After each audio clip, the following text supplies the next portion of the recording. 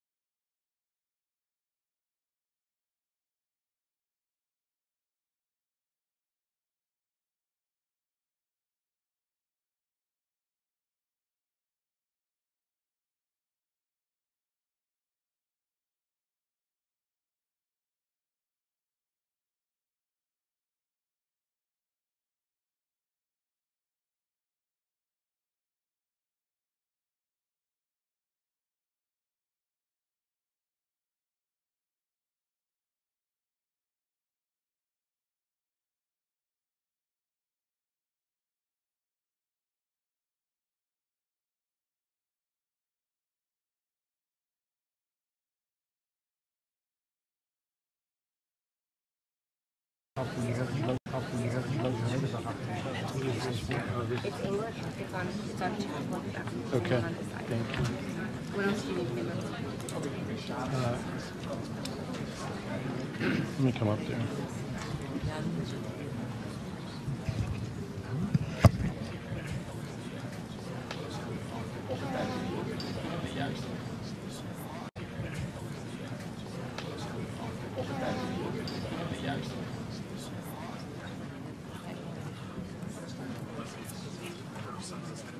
We need 2 minutes.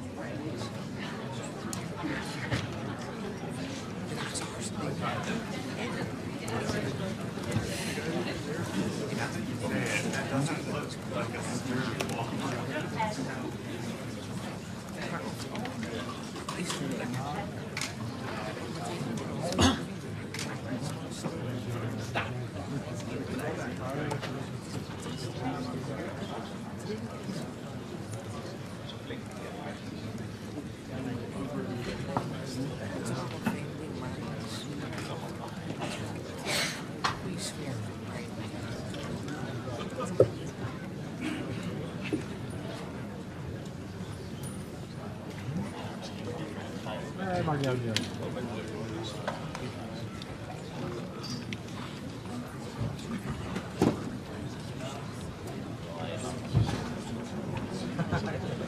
Net zo lang. Ja.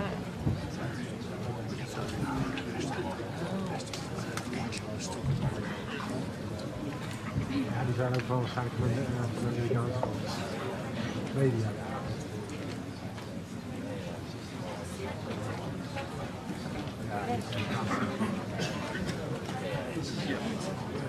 Thank you. David, Ethernet is right behind you. Ja, dat kan niet totaal. Thank you.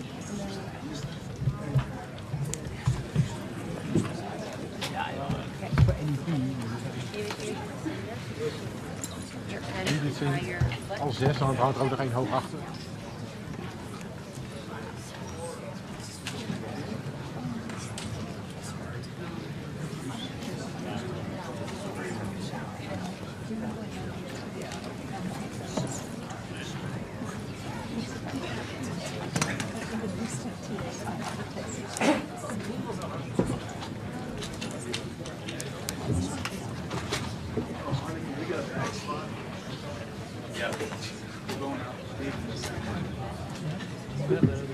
Misschien nog een handschudden of zo, dan mogen ze gaan staan. One of the cities is also mine.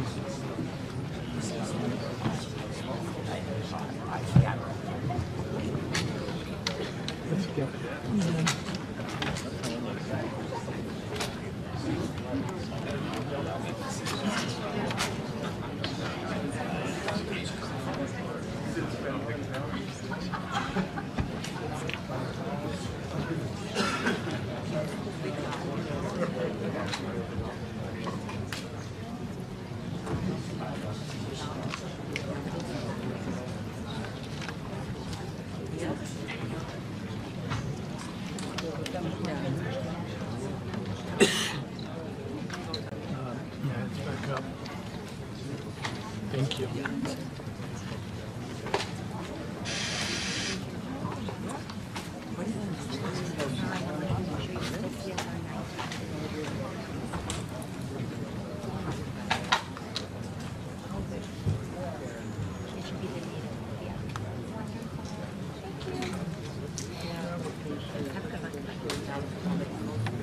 Thank you.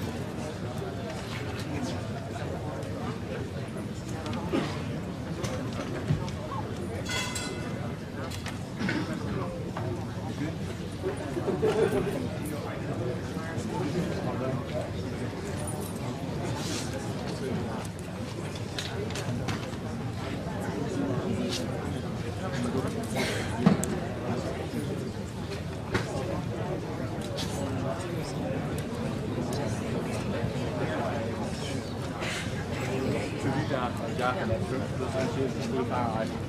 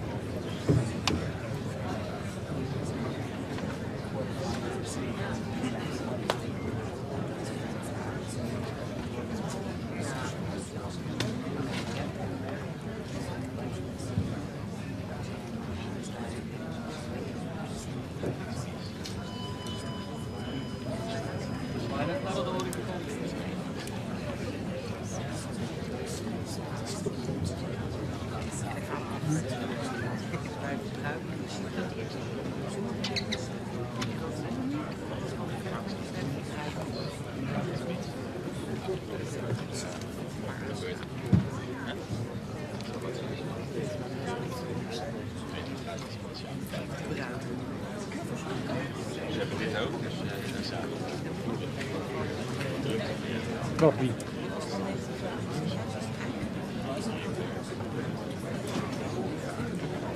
Ja, natuurlijk. En wij toch ook? Wij niet, maar...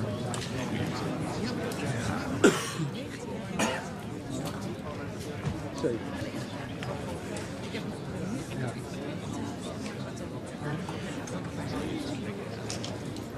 Ik heb het gemist.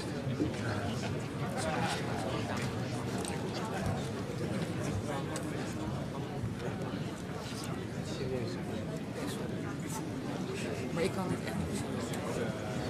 Ik weet dat er ook een grond wordt bepaald. Tuurlijk, dat doet iedereen. Ik had het goed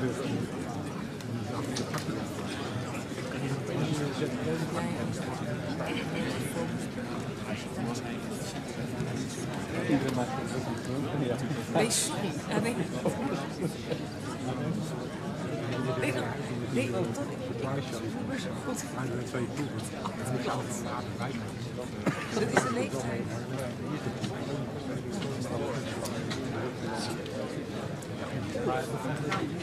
Ik had het wel even. Ik had audio en lange lens.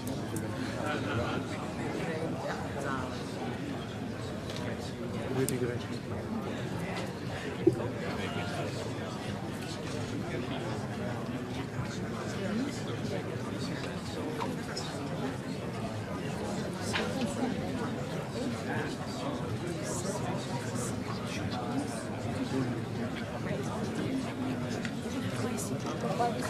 Ja, ja. Maar dan kan ik ook.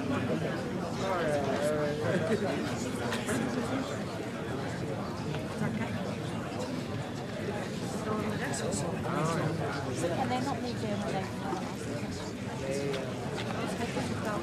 Oh, that's perfect. Oh, thank you so much. Ik heb het gedaan. Oh, ja.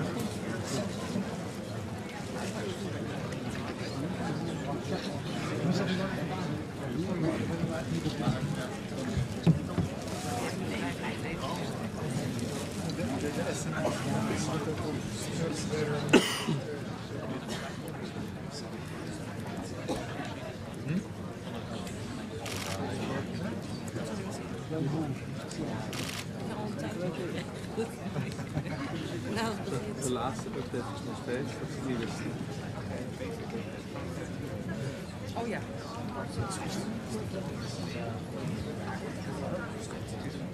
Ja, dus vol mensen.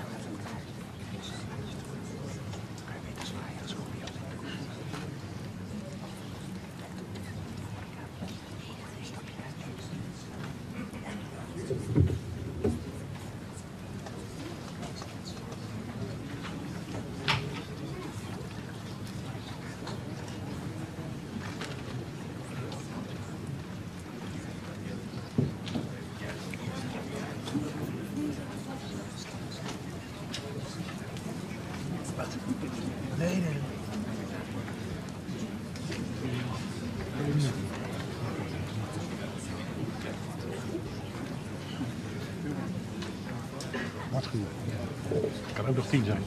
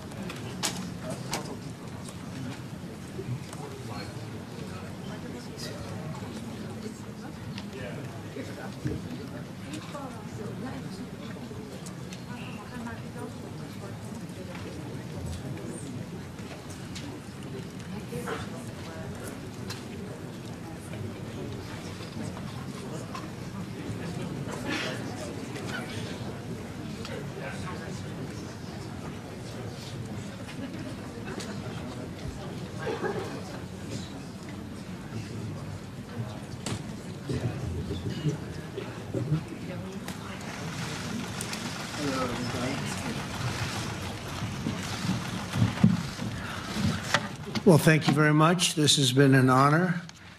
It was a fairly long trip, but worth it. Tremendous things have been accomplished, as you probably noticed. Listened to a lot of wonderful speeches from the heads of a lot of wonderful countries.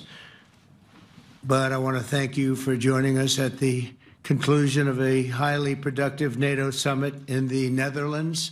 I want to thank them for the royal treatment they've given us. Couldn't have been nicer. And it's a beautiful country, really a beautiful country. Coming in, I saw the most beautiful trees. In fact, I want to bring some back with me. I want to also thank, I had breakfast this morning with the King and Queen, and they're incredible people. I said, you're central casting, beautiful people, great people, big, beautiful heart. And I enjoyed that. And also NATO Secretary General Mark Rutte, who's been terrific. He's been a friend of mine, used to be right here running this wonderful country. Now he's the NATO Secretary General. He's doing a fantastic job. And the Prime Minister, we appreciate everything you've done. And as you know, last weekend, the United States successfully carried out a massive precision strike on Iran's nuclear enrichment facilities, and it was very, very successful. It was called obliteration. No other military on earth could have done it, and now this incredible exercise of American strength has paved the way for peace with a historic ceasefire agreement late Monday, and we call it the 12-day war. Spoke to a few people. I guess that just sounded like the right name. It was a 12-day war. And we think it's over. I don't think they're going to be going back at each other. I don't think so. Not only have we dealt decisively with the critical threat of Iran's nuclear program, which was what I wanted. I said, Iran cannot have a nuclear weapon. I've said that for 15 years, long before I decided to do the political thing. But we've also reasserted the credibility of American deterrence, which is like no other. The people at NATO said there's never been anything. You know, I rebuilt the entire military during my first term. And we have a great military. We have great generals. I got to know the good ones and the bad ones. We kept the good ones. Over the past 2 days, I was honored to participate in the NATO leaders meeting and also had extremely good individual discussions with the King and the Queen, Secretary General Rutte, and the Prime Minister. Great discussions. Very knowledgeable people. Major focus of our conversations at the summit was the need for other NATO members to take up the burden of the defense of Europe, and that included the financial burden. As you know, it was 2%, and we got it up to 5%. And they said, a couple of them came up to me. One in particular said, sir, we've been trying to get it up to 3% for 20 years, and we haven't been able, and you got it up to 5%.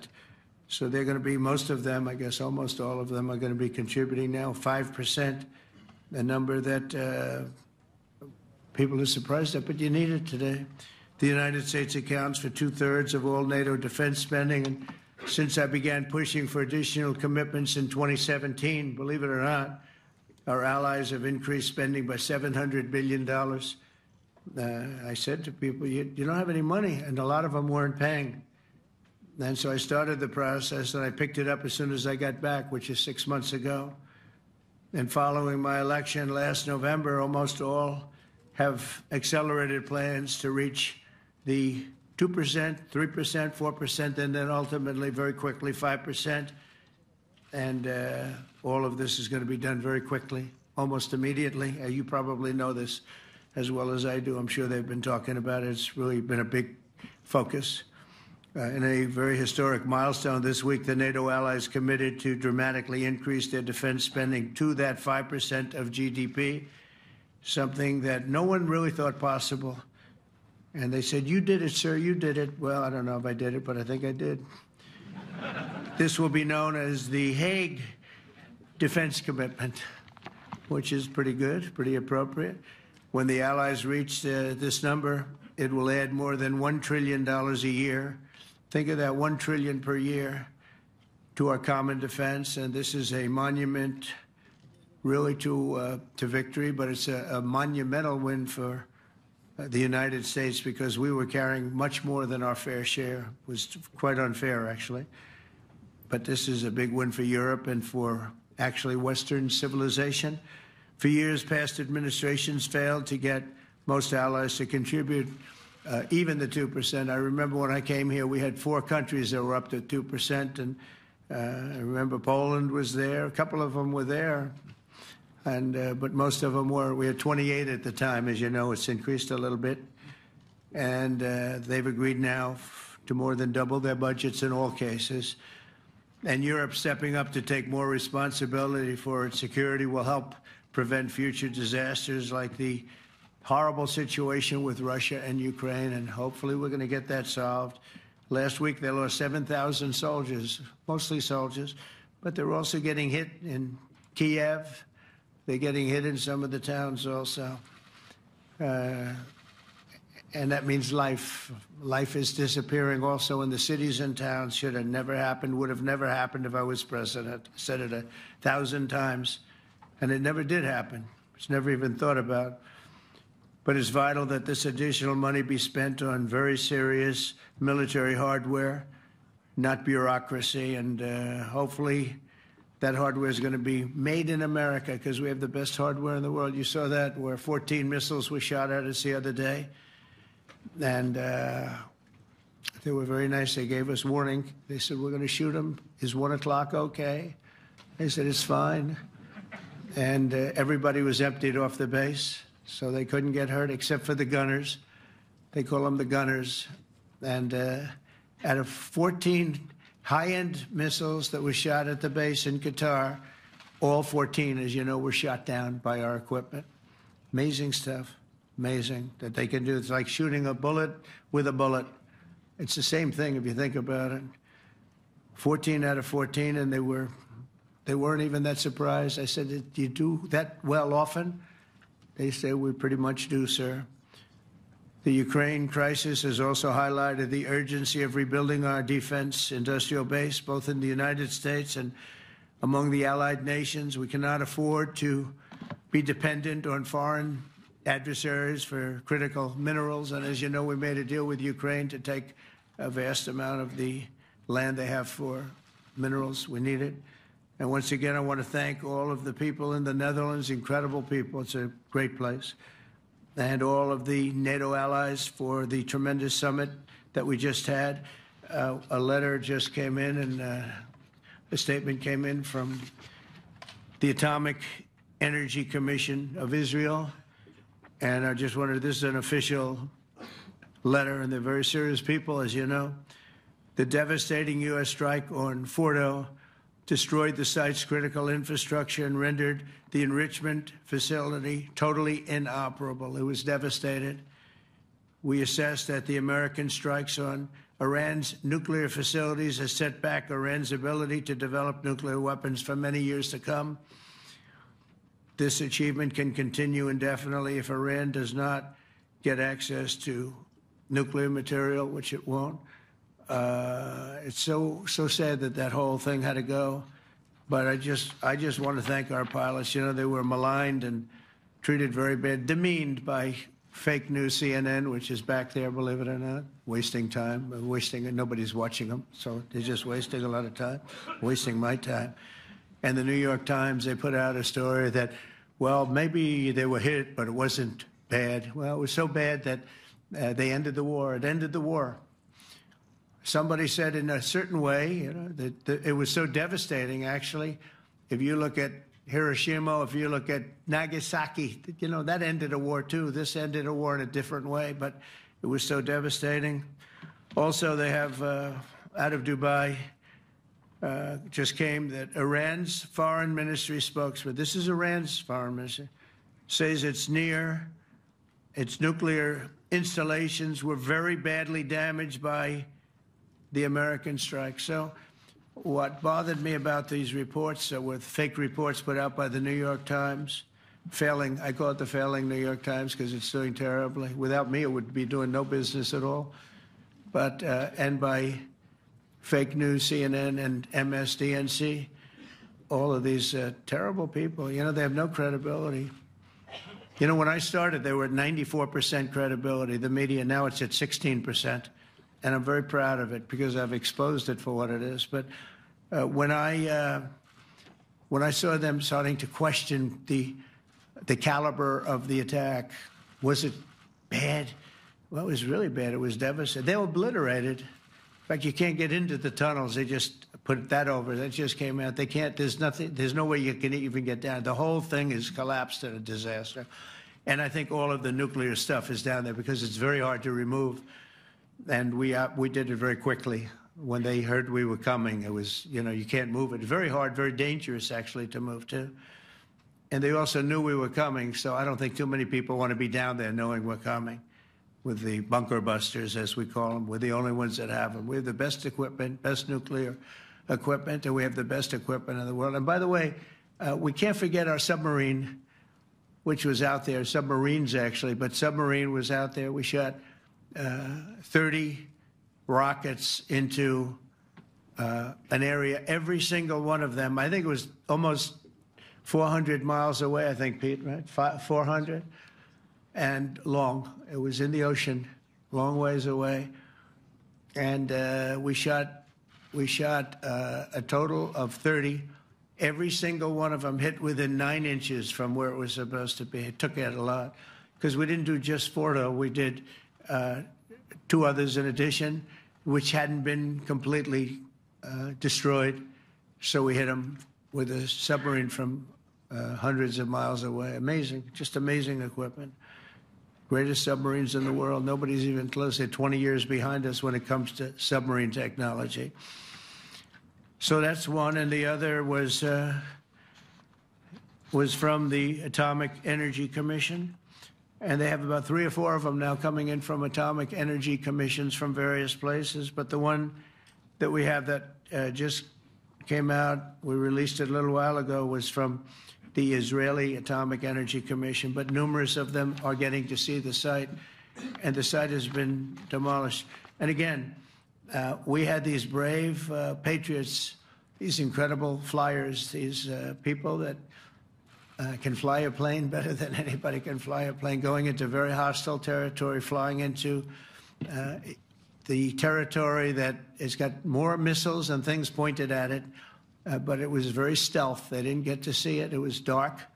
That's the amazing thing about the shots. They hit the shots perfectly, and yet it was dead dark. There was no moon. There was no light. It was virtually moonless.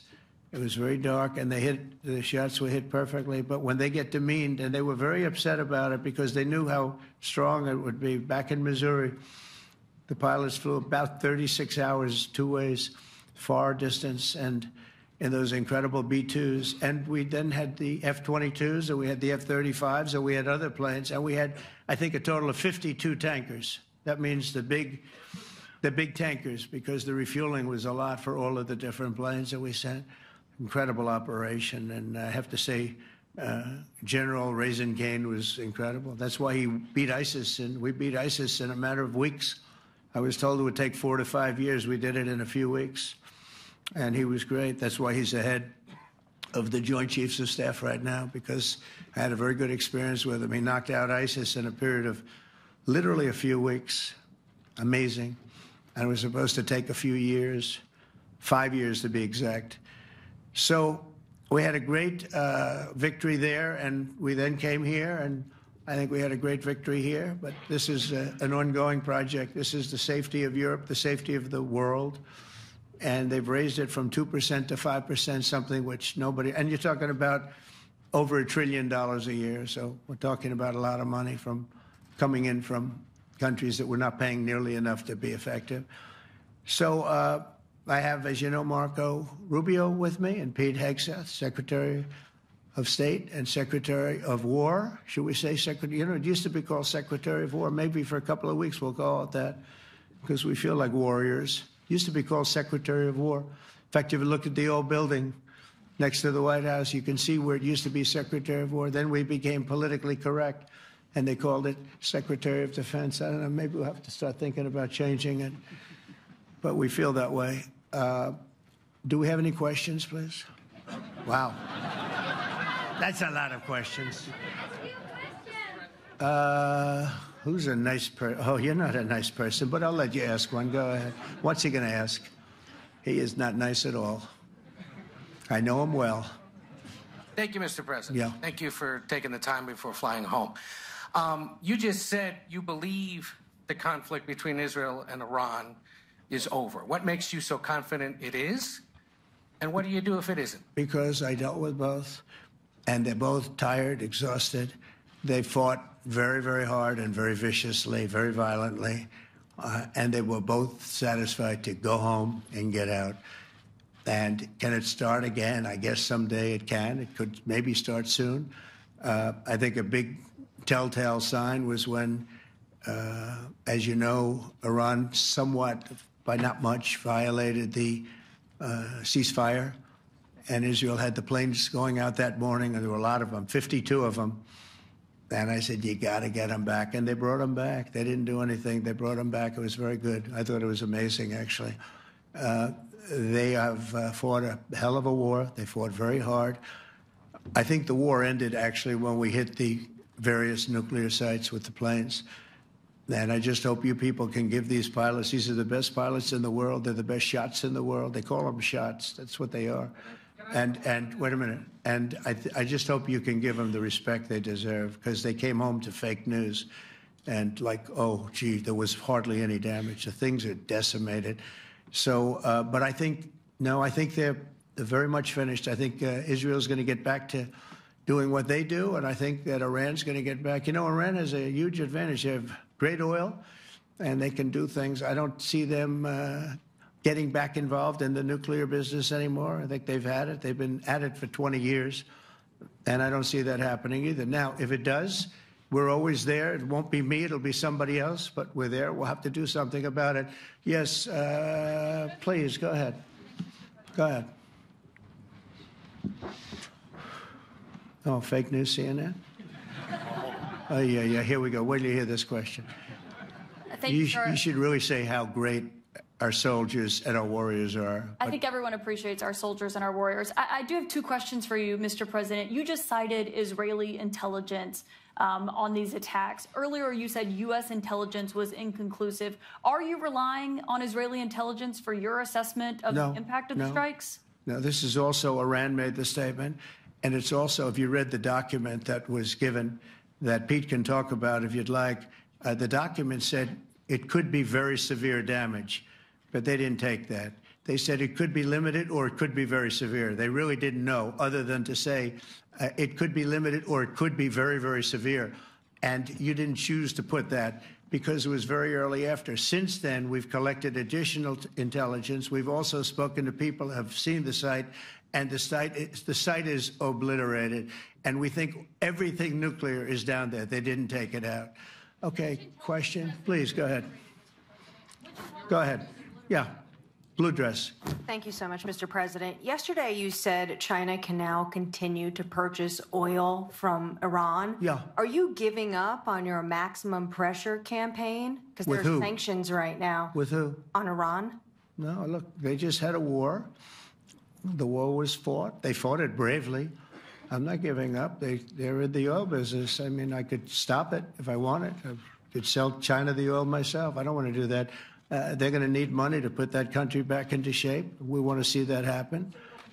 No, if they're going to sell oil, they're going to sell oil. We're not taking over the oil. We could have, you know. I used to say with Iraq, keep the oil. I could say it here, too. We could have kept the oil.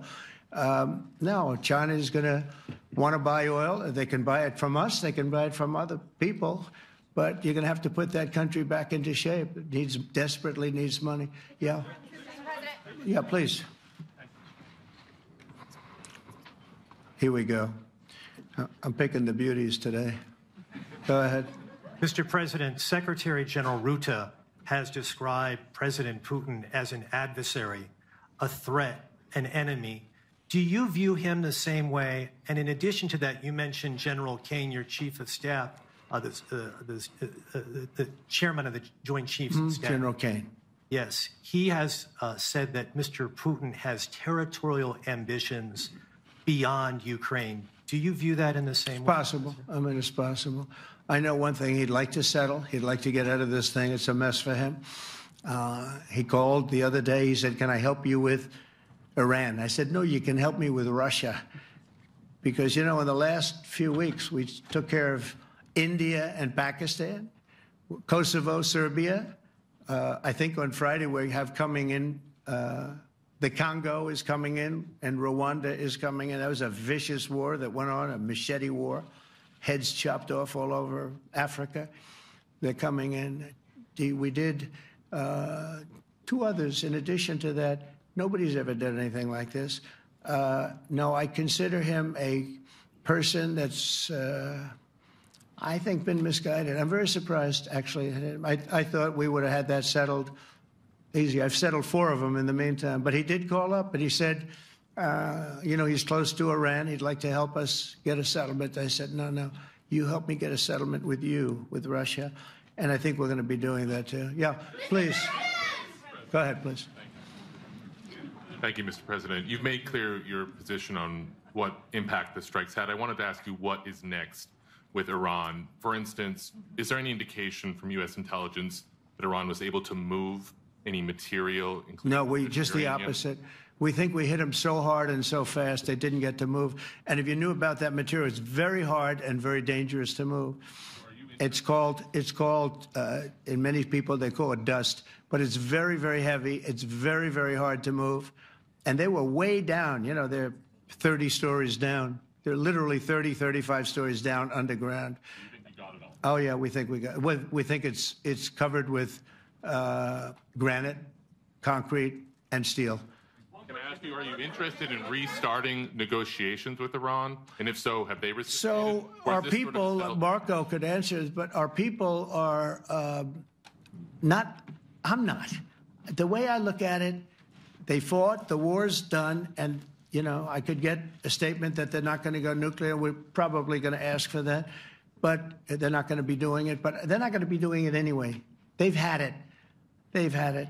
Now, maybe someday in the future we'll want that.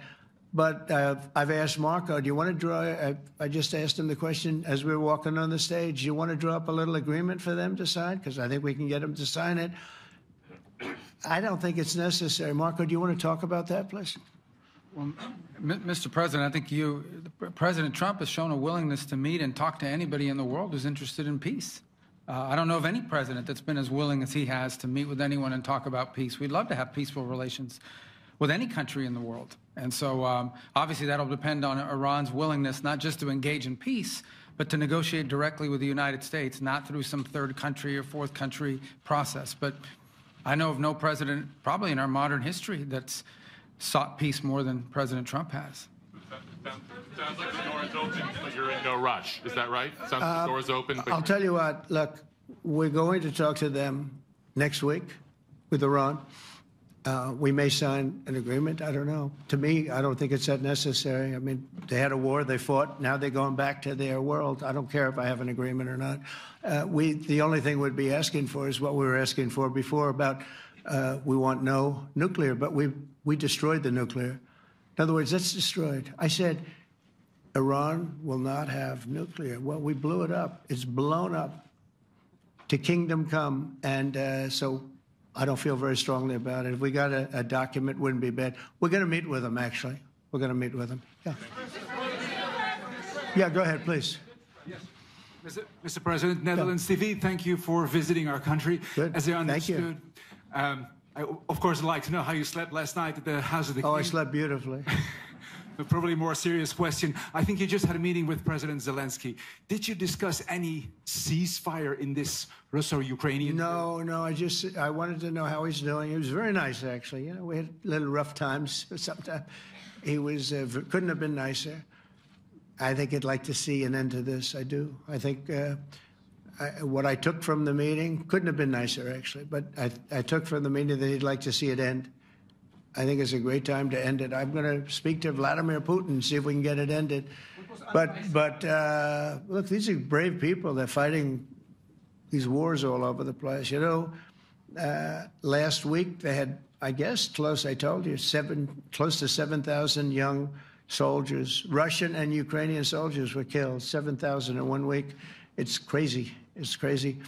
So I'll be speaking to Putin. No, I had a good meeting with with Zelensky, and I had a lot of good meetings. We had a lot of good meetings with a lot of people, a lot of great leaders. But he's fighting a brave battle. It's a tough battle. Yeah. Go ahead, white dress. Thank you. Ida Hallikainen from Finland, Ilta-Sanomat. Good. You have played golf with President Alexander Stubb. How do you see Finland as a NATO ally and partner, and how would you describe your relationship with our president? Well, he's a very good golfer, okay? In fact, he was on his college golf team. He went to a good college in the South, as you know, a very good college, and he was a good golfer. We had a good time. I think my relationship's great. I want to buy icebreakers. You know, you're very good at icebreakers.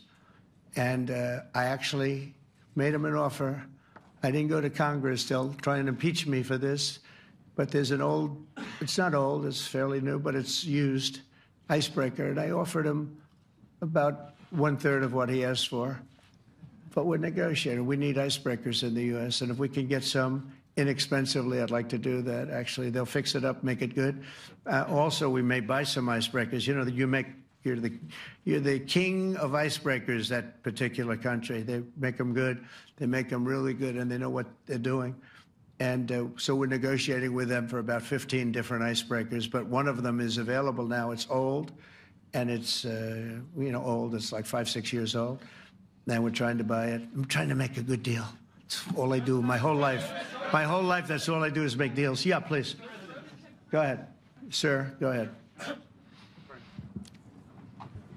Yeah, a question for NewsHour, Dutch TV. First of all, on Article 5, on your way here, you spoke about the commitment of the U.S. to Article 5, saying, I'll give you my definition once we're here. Yeah. What is your definition, and may the U.S. commitment to Article 5 change in case some of the NATO members do not reach the threshold that was discussed today?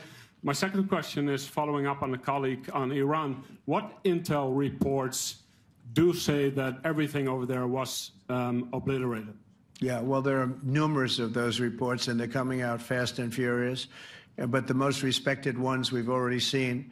And I will say that on a very confidential basis, they're looking at the reports, like numerous reports, and including people going to the site and checking the site.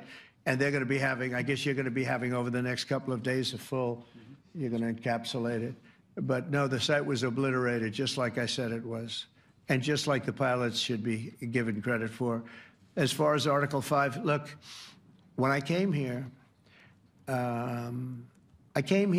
because it was something I'm supposed to be doing, but I left here a little bit differently. I said, I watched the heads of these countries get up, and the love and the passion that they showed for their country was unbelievable. I've never seen quite anything like it.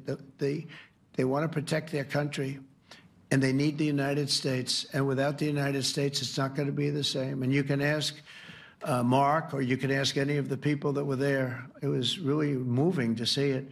They love their country. They were so respectful of me because I'm the head of the United States. And I made, the King of Saudi Arabia, when I was in the Middle East. So I was in Qatar for a different reason, not a reason to get shot at.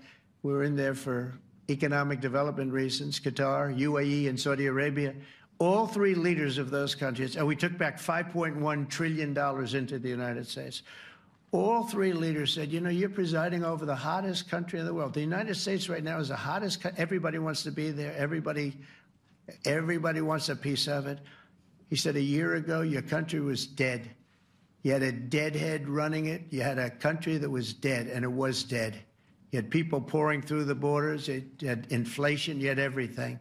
He said, you've made it in 5 months at that time.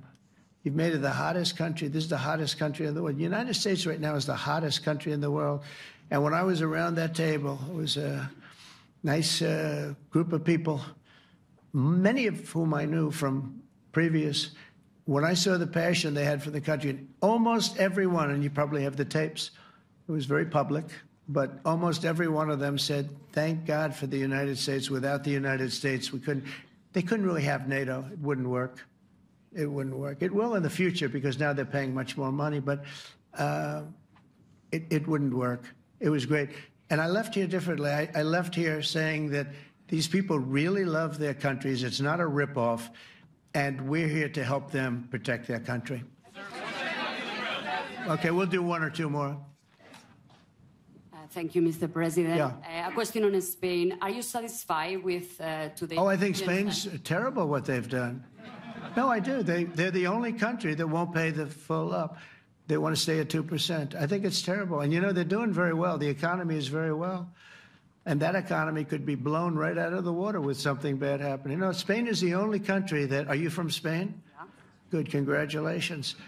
You're the only country that is not paying. I don't know what the problem is. I think it's too bad. So we'll make it up. You know what we're going to do? We're negotiating with Spain on a trade deal. We're going to make them pay twice as much. And I'm actually serious about that. We're going to make Spain... I like Spain. I have so many people from Spain that it's a great place and they're great people. But Spain is the only country out of all of the countries that refuses to pay. And, you know, so they want a little bit of a free ride. But they'll have to pay it back to us on trade because I'm not going to let that happen. It's unfair. It's unfair to NATO. All right, sir, please. Go ahead, right in the back. Yeah, you, tall one. The tall man.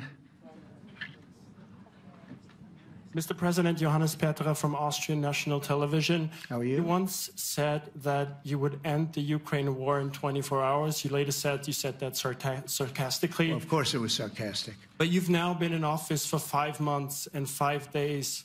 Why have you not been able to end the Ukraine war? Because it's more difficult than people would have any idea. Vladimir Putin has been more difficult. Frankly, I had some problems with Zelensky. You may have read about him. And it's been more difficult than other wars. I mean, look, we just ended a war in 12 days that was simmering for 30 years, frankly. We ended Rwanda and the Congo. It's coming to sign the documents. We've already signed basic documents, but they're coming, I think, to the White House on Friday. We ended Serbia was going to go at it. But maybe the most important of all, India and Pakistan. And that wasn't whether or not they may someday have nukes like we're talking about in the Middle East, like we're talking about with Israel and Iran. This is they have nuclear weapons. I ended that with a series of phone calls on trade. I said, look, if you're going to go fighting each other, it was getting very bad. You know how bad that last attack was. It was really bad. If you're going to go fighting each other, we're not doing any trade deal. No, no, no, you have to do a trade deal. I said, we're not doing any trade deal. And in fact, I had the general, who was very impressive. The general from Pakistan was in my office last week. You know, Prime Minister Modi is a great friend of mine. He's a great gentleman. He's a great man. And I got them to reason. I said, we're not doing a trade deal if you're going to fight. And if you're going to fight each other, we're not doing a trade deal. And you know what? They said, no, I want to do the trade deal. We stopped the nuclear war. Go ahead. Go ahead, Jeff. Here's another beauty, Jeff. He's a beauty, all right. Go ahead. Mr. President, to follow up on Ukraine, will the United States contribute any more money to Ukraine's defense this year to the $5 billion that allies are giving? And one question, you had another meeting with the Dutch opposition leader, Mr. Wilders. Can you tell us about that meeting? And are you upset about his anti-Muslim stance? I'm not upset about it. It's just his view. He's unhappy with the way things are going in this country and various countries. He was an opposition leader. And I was asked to meet with the opposition leader by the people that are running. I think they have some deal where if you have a meeting, you're supposed to meet with an opposition leader. I said, that's strange. We don't do that. But I met with I didn't know him. He seemed like a very nice guy, but he's in opposition to the current people, and that was set up by the current people. So I assume when I met with the Prime Minister, you're supposed to meet with the opposition. We'll have to try that sometime in our country. Let's not do it. But I thought he was very good. As far as money going, we'll see what happens. There's a lot of spirit. Look, Vladimir Putin really has to end that war. People are dying at levels that people haven't seen before for a long time. Go ahead. Go ahead. White shirt. Oh, she's all excited. So, BBC News Ukrainian. Where are you from? I'm from Ukraine. Oh. So my question to you is whether or not the U.S. is ready to sell anti-air missile systems Patriot to Ukraine. We know that Russia has been pounding Ukraine really heavily right now. Are you living yourself now in Ukraine? My husband is there. Wow. And I can see you're very, it's amazing. And me with the kids, I'm in Warsaw actually, because he wanted me to be. Is your husband a soldier? No? He's there now? Yeah. Wow. That's rough stuff, right? That's tough. And you're living here? In Warsaw. And you're a reporter? I am. Good. So let me just tell you, they do want to have the missiles, okay, as they call them, the Patriots. And we're going to see if we can make some available, They're very hard to get. We need them too. We were supplying them to Israel, and they're very effective, 100% effective. Hard to believe how effective. And they do want that more than any other thing, as you probably know. That's a very good question, and I wish you a lot of luck. I mean, I can see it's very upsetting to you. So say hello to your husband, okay? Thank you. Go ahead. Thank you. Thank you, Mr. President. You were criticizing... Where are you from? Bloomberg News. Oh, Bloomberg. That's wonderful. You were criticizing the Federal Reserve Chair before coming to this summit. Yeah, I think he's terrible. I was wondering if you've begun interviewing different candidates for the Fed pick. Yeah, I know within 3 or 4 people who are going to pick. I mean, he goes out pretty soon, fortunately, because I think he's terrible. We have no inflation. We have a tremendous economy. Hundreds of billions of dollars of tariff money is pouring in. Factories are being built because they don't want to pay the tariffs, so they're building them all over the country. I think we're close to $15 trillion. I told you $5.1 trillion from the Middle East alone, but of investment money coming in. There's never been anything like that in the history of our country. But we have no inflation. And we have borrowing because Biden, stupidly, they did short-term debt. So we have borrowing coming up. And, we'll go 10 years, maybe longer, maybe shorter, but we'll go a long period of time when we do the debt. And because of him, because of this guy, we will have to pay for years. We'll be paying for him. And I said to him, listen, there's no inflation. He says, but maybe there'll be some. That's true. I said, if there is some, what you do is raise the rate. I'm okay with that. You raise the rate in 2 years from now or in a year from now. But because the rate's high, we have to pay more for debt. It's pretty equal. In other words, if it's 4%, it's 4%. If you drop it a point, you'll pay 3%. So it's fairly equal, not necessarily, but fairly equal. So we're going to end up paying maybe 2 points or 3 points more. 3 points would be about $900 billion a year because of this very average mentally person. He's an average mentally person. I'd say low in terms of what he does, low. Low IQ for what he does, okay? Wait, so instead of paying $900 billion, we don't want to pay $900 just because he doesn't want to lower the rate. I said, if there's inflation in 2 years or 3 years or 1 year from now, you raise the rate and you take care of the inflation, among other things. But he's probably a very political guy, I guess. I don't know. I think he's a very stupid person, actually. All right, one more. Let's go. How about you? Go ahead. She looks so happy and everything. Thank you. That's why I picked her. I'm from Spain, too. I'm Ana Buch from La Vanguardia. I wanted to know if... You're where from? Spain, too. I wanted to know if you want to... That's the Spain corner right there. I shouldn't have said that. That's okay. I do like Spain, by the way. I think it's unfair that they're not paying, but go ahead. Are you going to negotiate directly with Spain about... I'm going to negotiate directly with Spain. I'm going to do it myself. They're going to pay. They'll pay more money this way. You should tell them to go back and pay. You're a reporter? You tell them to go back. They ought to join all of those countries that are paying 5%. Spain's going to be just about the only one that's not. They were the most hostile toward doing it. It just doesn't make sense to me. Okay. All right, Kelly, go ahead. Here we go. There's another one. Hello, sir. Thank you very much. We got them all today. Okay. So, Mr. President, you talked about expecting some on-the-ground assessments at Fordo and other sites. Now is that here Israeli and U.S.? It's been obliterated, Kelly. It's What is your message then, sir, to the intelligence community when they present reports? You're not disputing the DIA report. You're just...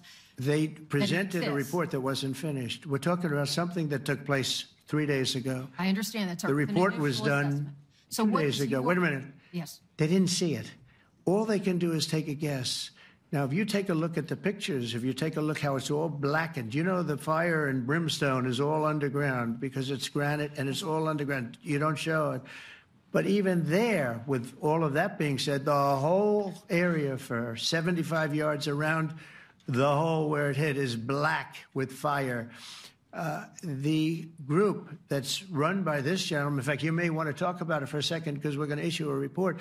And I think it's not even a very exciting report at this point. It's been obliterated, totally obliterated. And they did a report, but it was like, if you look at the dates, it's just a few days after it happened. Sir. So they didn't see it. They said it may be very severe. Understood. Do you have a message for the intelligence community, though, in terms of unvarnished information getting to you, that it's not... I don't really have a message. I would say issue the report when you know what happened. I wouldn't say that it could be severe or maybe not. They use the word severe. It could be severe or maybe it's not. And so people like you picked up and said, oh, it's not severe. No, the report was not a complete report. Yeah, the message was probably wait till you know the answer before you... And sir, did you not have a public component to your Zelensky meeting for a tactical reason with President Putin? Let him answer this question. Hello, Mr. Secretary. Yeah. There's a reason the president calls out fake news for what it is. These pilots, these refuelers, these fighters, these air defenders, the skill and the courage it took to go into enemy territory flying 36 hours on behalf of the American people and the world to take out a nuclear program is beyond what anyone in this audience can fathom. And then the instinct of CNN, the instinct of the New York Times is to try to find a way to spin it for their own political reasons to try to hurt President Trump or our country. They don't care what the troops think. They don't care what the world thinks. They want to spin it to try to make him look bad based on a leak. Of course, we've all seen plenty of leakers. And what do leakers do? They have agendas. And what do? Do they share the whole information or just the part that they want to introduce? And when they introduce that preliminary report that's deemed to be a low assessment, you know what a low assessment means? Low confidence in the data in that report. And why is there low confidence? Because all of the evidence of what was just bombed by 12 30,000-pound bombs is buried under a mountain, devastated and obliterated. So if you want to make an assessment of what happened at Fordo, you better get a big shovel and go really deep, because Iran's nuclear program is obliterated. And somebody somewhere is trying to leak something to say, oh, with low confidence, we think maybe it's moderate. Those that dropped the bombs precisely in the right place know exactly what happened when that exploded. And you know who else knows? Iran. That's why they came to the table right away, because their nuclear capabilities have been set back beyond what they thought were possible because of the courage of a commander-in-chief who led our troops, despite what the fake news wants to say. But you're not disputing the report said what it said, even though it was initial. The report said what it said, and it was fine. It was severe, they think, but they had no idea. They shouldn't have issued a report until they did. But we've gotten the information. I think Pete said it better than you can say it. And, you know, you should be proud, you, especially you, should be proud of those pilots, and you shouldn't be trying to demean them. No, those pilots flew at great risk, a big chance that they'd never come back home and see their husbands or their wives. Let me just tell you, you and NBC, fake news, which is one of the worst, and CNN, New York Times are all bad. They're sick. There's something wrong with them. You know what? You should be praising those people instead of trying to find some. By getting me, by trying to go and get me, you're hurting those people. They were devastated. You know, I got a call from Missouri, great state, that I won 3 times by a lot. And I got a call that the pilots and the people on the plane were devastated because they were trying to minimize the attack. And they all said it was hit. But we don't think it was really maybe hit that badly. And they were devastated. They put their lives on the line, and then they have, and I'm not referring to you, but real scum come out and write reports that are as negative as they could possibly be. It should be the opposite. You should make them heroes and heroines. You should make them really people that they were so devastated when they heard this news. And you know what they said? One of them, I spoke to one of them, he said, "Sir, we hit the site. It was perfect. It was dead on." Because they don't understand fake news, because they have a normal life, except they have to fly very big, very fast planes. But it's a shame. You should be making them heroes. All right, in the back. Go ahead, back, white, yeah. White jacket, yeah. Go ahead, give my mic. Hello. Deborah Haynes from Sky News. Good. Mark Rutte, the NATO chief, who is your friend, he called you daddy earlier. Do you regard your NATO allies as kind of children? No, he likes me. I think he likes me. If he doesn't, I'll let you know. I'll come back and I'll hit him hard, okay? No? He did it very affectionate. Daddy, you're my daddy. Do you regard your NATO allies, though, as kind of like children, and they're obviously listening to you and they're spending more, and you're obviously appreciative of that, but do you hope that actually they're going to be able to defend themselves, defend Europe on their own? I think they need help a little bit at the beginning, and I think they'll be able to, and I think they're going to remember this day. And this was a big day for NATO. You know, this was a very big day. They took it. One of the gentlemen said, "You know what? We've been trying to raise money raise the rate for 30 years," he said, 20 years, from almost the beginning. And he's been there for a long time. He said, "Until you came along, it never happened. What you did is amazing." It's been sort of an amazing day for a lot of reasons, but also for that. Yeah, go ahead. Do you think they can do it without you, though, in the future? Can they do it without? Well, ask Mark. I mean, you have to ask Mark, okay? So we're heading back. We're heading back. I want to thank these two gentlemen behind me. They're incredible people, both of them. They've done a fantastic job. And Susie's in the front, and she's done great. And Monica, thank you very much. That was quite an exciting time. And we're going to be heading back. We'll be back soon, and we'll see you in Washington, D.C. Remember this, we have the hottest country anywhere in the world. Thank you very much, everybody. Thank you.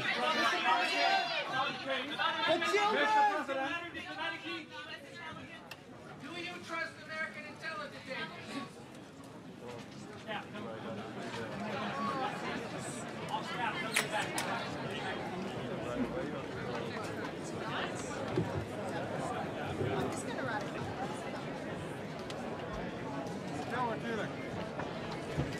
Zelfs een goede cabaret.